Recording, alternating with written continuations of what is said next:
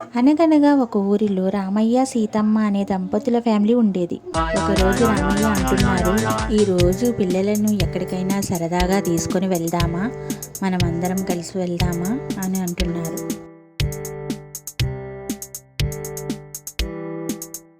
దానికి సీతమ్మ, సరేనండి, పిల్లలని సరదాగా ఎక్కడికైనా తీసుకెళ్దామండి, నిజమేనండి, మనందరం వెళ్దాము అని అంది. అప్పుడు రామయ్య పిల్లలతో ఇలా అంటున్నారు, పిల్లలు, మీరు చాలా చక్కగా ఆడుకోవాలి, సరదాగా ఉండాలి, చాలా జాగ్రత్తగా ఉండాలి. అప్పుడు సీతమ్మ, సరేనండి, నేను చూసుకుంటాను పిల్లల్ని, మీరు ఒక పక్కన కూర్చోండి, జాగ్రత్తగా పిల్లలకి అన్నీ చూపిస్తాను దగ్గరుండి అని అంటున్నది. పిల్లలు, నాన్నగారు, ఈ ప్లేస్ మాకు చాలా బాగా నచ్చింది నాన్నగారు అంటున్నారు. అవును నాన్నగారు, ఈ పార్కు చాలా బాగా నచ్చింది అని అంటున్నారు.